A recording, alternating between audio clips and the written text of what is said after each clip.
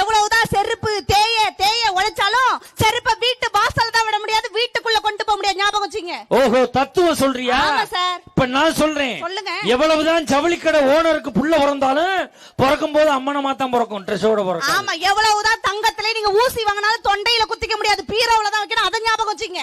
எப்படித்தான் எவ்வளவுதான் நட்டக்காலம் கோடீஸ்வரனா இருந்தாலும் செத்ததுக்கு அப்புறம் பிரீசரை வாடகைக்கு எடுத்தான். ஆமா, நீங்க எவ்வளவுதான் காசு இருக்குன்னு காரு பங்களா வாங்கினாலும் ட்ரெயின் தான் பிளாட்ஃபார்மத்துக்கு வந்துதான், அதை ஞாபகம் வச்சுங்க. ஓஹோ, எவ்வளவுதான் நீ பொம்பளை ஆளு பெருசா சீவுனாலும் பொட்ட நெத்தியில தான் வைக்க முடியும், பொரடியில் வச்சுக்கிட்டு தெரிய முடியாது.